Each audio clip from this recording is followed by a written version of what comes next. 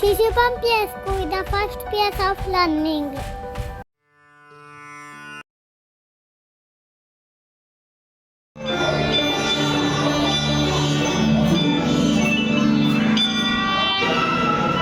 ఒకసారి పార్వతీ మాత తన ఇద్దరు పుత్రులకు ఎంతో ప్రేమగా భోజనం తినిపిస్తుంటుంది. ఈ లడ్డు వినాయకుడికి, ఈ లడ్డు కార్తికేయుడికి. ఇవాళ భోజనం ఎంతో రుచికరంగా ఉందమ్మా. ఈ లడ్డూలను చూస్తే నా నోరు ఊరిపోతోంది. ఏ గణేష్, నువ్వెంత తింటావు? అమ్మా, గణేశుడు ఒకసారి ఎన్ని లడ్డూలు తింటాడు? నావి 2 లడ్డూలే అయ్యాయి. అమ్మా, నాకు మొదటి లడ్డూ పెట్టు. లేదు లేదు, నాకు మొదట పెట్టు. ఇదిగో కార్తీక్, నేను అన్ని లడ్డూలు దీంట్లో పెట్టాను. దమ్ముంటే దీన్ని పట్టుకొని చూపించు. చూసావా అమ్మా, గణేశుడు లడ్డూలన్నీ తీసుకొని పారిపోయాడు. ఉండు, నేను తనని ఇప్పుడే పట్టుకుంటాను. కార్తీక్, నేను ఇక్కడ నిలబడ్డాను. ఈ లడ్డూలు ఎంత బాగున్నాయి. పిల్లలు, మీ పోట్లాట పూర్తయ్యాక నన్ను పిలవండి. నేను ఇక్కడే కూర్చుంటాను. ఈరోజు నేను పట్టుకొని తీరుతాను. లేదు కార్తీక్, నువ్వు నన్ను పట్టుకోలేవు. ఇలా అని చెప్పి గణేశుడు మాయమైపోతాడు. చూడమ్మా, గణేశుడు మాటికి మాయమైపోతున్నాడు. అందుకని నేను తనని పట్టుకోలేకపోతున్నాను. ఇంతలో అక్కడికి నారదముని వస్తారు. నారాయణ నారాయణ. కార్తీక్ తల్లితో వాదించడం చూసి గణేశుడికి కార్తీక్కి మధ్య పోట్లాట జరిగిందని నారదుడికి అర్థమవుతుంది. దేవర్షి నారదుల వారికి ప్రణామాలు. ఇలా వచ్చారేమిటి? మాతా పార్వతి, మీకు ఈ దివ్య ఫలాన్ని ఇవ్వడానికి వచ్చాను. ఎవరైతే ఈ ఫలాన్ని తింటారో వారికి అమృతమయమైన అతుల్యమైన బుద్ధి లభిస్తుంది. ఇద్దరూ కలిసి ఈ మాటలు విన్న గణేశుడు, కార్తికేయుడు ఇద్దరూ ఆ దివ్య ఫలాన్ని నేను తింటానని గణేశుడంటే, నీకన్నా పెద్దవాడిని నేనే తింటానని. అరే పిల్లలు, దెబ్బలాడుకోవడం ఆపండి. నాకు ఇద్దరూ సమానమే.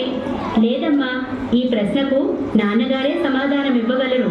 అందరూ కలిసి పరమశివుని వద్దకు వెళతారు. పార్వతీమాత ఆయనకు విషయమంతా చెబుతుంది. మీరే వీరిద్దరికీ నచ్చ చెప్పండి. నాన్నగారు, మీరే చెప్పండి. నేను కార్తీక్ కన్నా పెద్దవాణ్ణి, అందుకని ఈ ఫలం నాకే దక్కాలి. చూసారా, ఇద్దరూ నేను పెద్దంటే నేను పెద్ద అని దెబ్బలాడుకుంటున్నారు. నారదముని, మీ వద్ద ఈ సమస్యకు పరిష్కారం ఉంటే చెప్పండి. నారాయణ నారాయణ. ప్రభు, ఈ సమస్యను పరిష్కరించడానికి నా దగ్గర ఒక ఉపాయం ఉంది. మీ ఇద్దరికీ ఒక పరీక్ష పెడతాను. దాంట్లో ఎవరు గెలిస్తే వారే ఈ ఫలం పొందడానికి అర్హులు. వారే మీ ఇద్దరిలో పెద్దవారిగా గుర్తించబడతారు. ఎలాంటి పరీక్ష నారదముని?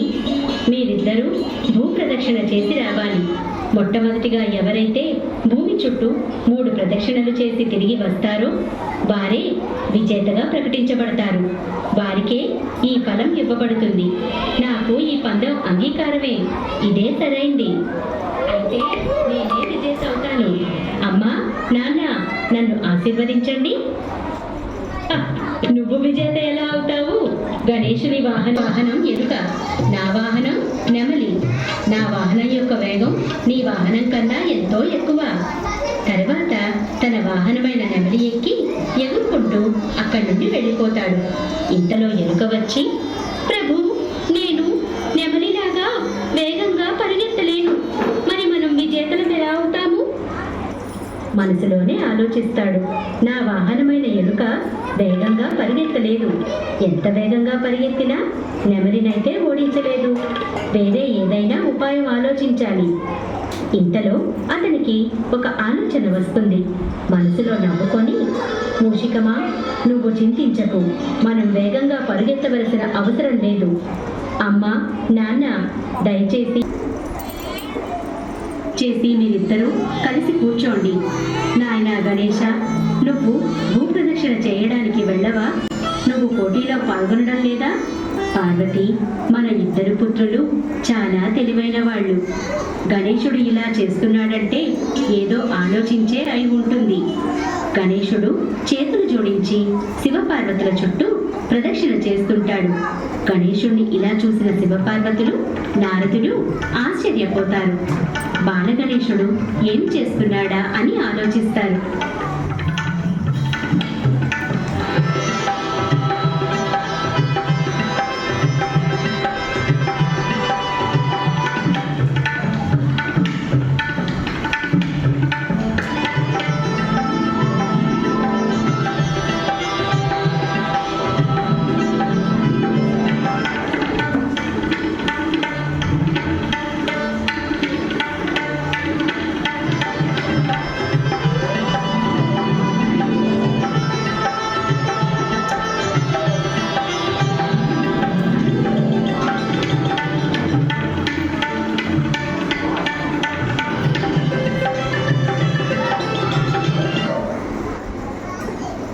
గణేశుడు తల్లితో, అమ్మా, నేను 3 ప్రదక్షిణలు పూర్తి చేశాను.